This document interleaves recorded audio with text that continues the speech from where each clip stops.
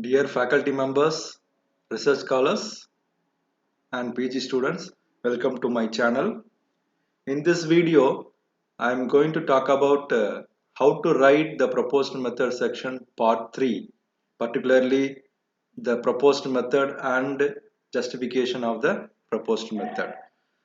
In my previous video, part 1 and part 2, I was discussed some subsections regarding the proposed method, how to write, how to find the base method, and how to elaborately write the existing methods. In this video, I am going to discuss further the point number, that is step number 5 and 6, that is mathematical or logical background and justification of the enhanced method or proposed method.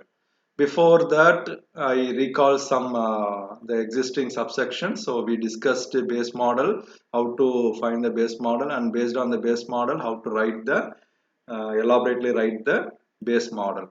And then we discussed how to collect the existing methods related to base model and what are the implementation platforms, and finally how to implement their existing system using that platform. Once again, I recall this table for justification purpose.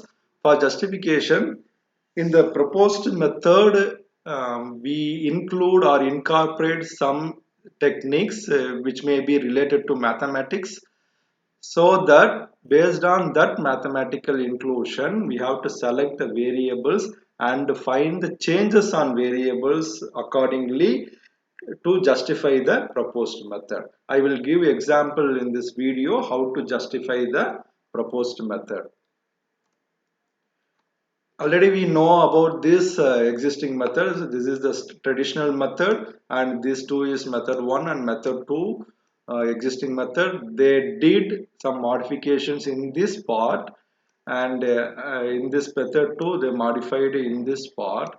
They included some mathematical equations. Accordingly, they got some improvement in the equation, and they applied on the application, and they found a good result. Based on that, we can include or incorporate mathematics. It's a simple one. I'm giving simple tips. So depends upon your domain. You can incorporate some other techniques or technology into the proposed method. That is the base model. I'm giving example, simple example using statistics. Already, actually, I hope you are aware of about the statistics. Based on the statistics equations like mean, standard deviation, probability, entropy, we can incorporate it in the particular equation, and accordingly we can justify the proposed method also.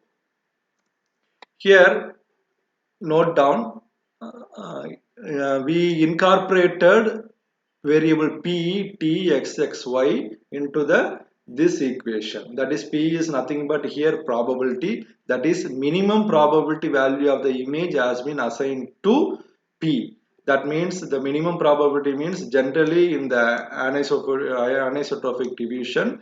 So we are calculating 3 by 3 window, and accordingly the pixel value can be considered for calculation of this equation. So each and every 3 by 3 window we have to calculate the probability.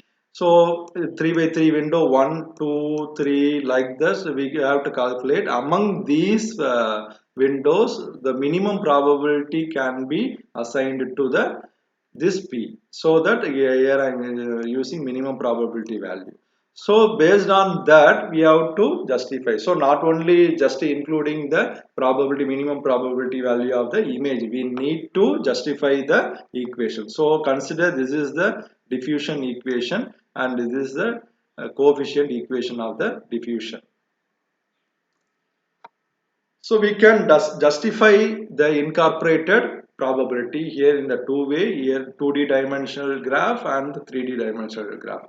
Here in the 2D dimensional graph, minimum probability, that is the x-axis is the probability, give 0 to 0.9 ratio, that is it should be 0.0 to 1, so that here 0.1 0.2 is like that, the x-axis is taken, the y-axis is the diffusion here. So based on that you can find the minimum probability, how the minimum probability works. While the minimum probability, that is 0.1 0 to 0.1 value, it gives the high diffusion. High diffusion means it's smoothing more, it removes the noise more, so that I can justify the minimum probability is giving the more diffusion. And according that, the based on the another way, the three dimensional, I am considering the k value and probability value. So based on the k and probability, how the diffusion is increased means, that is the k increased and probability decreased, the diffusion is increased, so the smoothing is performed is well. So like that we have to justify, accordingly we have to write the content in the subsections. So finally, we have to write the third and fourth subsection of the proposed method. The previously we discussed how to write the traditional standard method, and the second subsection was existing methods. The third subsection is proposed anisotropic diffusion. So exactly we have to mention the proposed method here. Suppose if you like to name it, giving a name to the your proposed method, so you can give the proposed method name also. So here we need to all the mathematical notation we have to include in this section, and finally we have to justify based on the graph, and we have to elaborately write the findings of the graph also. So justification is very important for the proposed method. So I hope you understand how to write the proposed method section. If you have any doubts, you can send text on the comment box. Thanks for watching my video. Subscribe my channel, like and share my videos. Press the bell icon for notification. Thank you.